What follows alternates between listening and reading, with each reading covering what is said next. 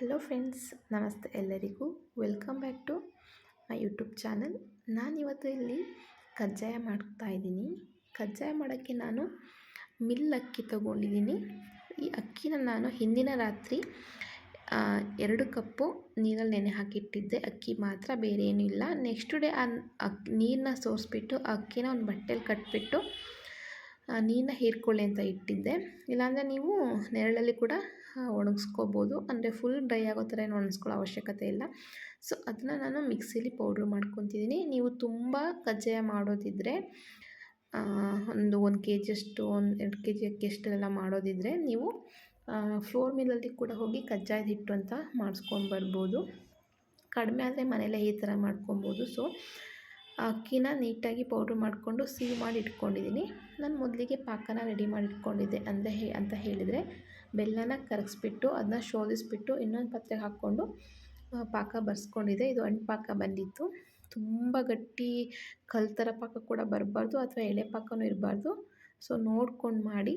So ನಾನು ಬಂದಿರೋ ಪಾಕಕ್ಕೆ ನಾನು ಏನು ಹಿಟ್ಟು ರೆಡಿ ಮಾಡಿ ಇಟ್ಕೊಂಡಿದ್ದೆ ಅದನ್ನ ಸ್ವಲ್ಪವೇ ಹಾಕ್ಕೊಂಡು ಚೆನ್ನಾಗಿ ಮಿಕ್ಸ್ ಮಾಡ್ಕೊತಾ ಇದ್ದೀನಿ. ಮಿಕ್ಸ್ ಮಾಡುವಾಗ ಸಣ್ಣ ಸಣ್ಣ ಗಂಟುಗಳಾಗೋ ಚಾನ್ಸಸ್ ಇರುತ್ತೆ. ನೀವು ನೋಡಿಕೊಂಡು ನಿಧಾನಕ್ಕೆ ಮಿಕ್ಸ್ ಮಾಡಿ. ಲಾಸ್ಟಿಗೆ ಈ ಒಂದು ಗಂಟುಗಳು ಬಂದ್ರೂ ತಣ್ಣ ನಂತರ ನೀವು ಚೆನ್ನಾಗಿ ಮಿಕ್ಸ್ ಮಾಡ್ಕೋಬೋದು. ಮತ್ತು ಏಲಕ್ಕಿ, ಸ್ವಲ್ಪ ಎಣ್ಣೆ ಹಾಕ್ಕೊಂಡು ಚೆನ್ನಾಗಿ ಮಿಕ್ಸ್ ಮಾಡಿಕೊಂಡೆ.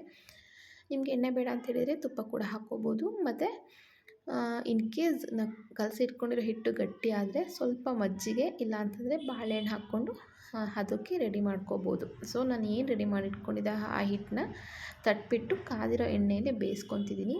ಎಣ್ಣೆ ಯಾವತ್ತೂ ಕೂಡ ಮೀಡಿಯಮ್ ಫ್ಲೇಮಲ್ಲೇ ಇರಬೇಕು. ಯಾಕಂತ ಹೇಳಿದರೆ ಒಳಗಡೆ ಹಿಟ್ಟು ಬೇಯಲ್ಲ. ಈ ಕಜ್ಜಾಯ ಅಂದರೆ ಸಖತ್ತು ಚೆನ್ನಾಗಿರುತ್ತೆ ಮತ್ತು ಎಲ್ರಿಗೂ ಇಷ್ಟ.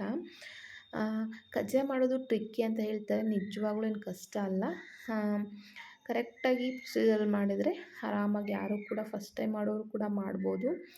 ನಿಮಗೆ ವಿಡಿಯೋ ಇಷ್ಟ ಆಯಿತು ಅಂದ್ಕೊತೀನಿ. ಆ್ಯಕ್ಚುಲಿ ನಾನು ಇದು ಬಂದು ವರಲಕ್ಷ್ಮಿ ಹಬ್ಬಕ್ಕೆ ಮಾಡಿದಂತಹ ಒಂದು ರೆಸಿಪಿ. ಅದು ಅಪ್ಲೋಡ್ ಮಾಡೋಕ್ಕಾಗಿರಲಿಲ್ಲ.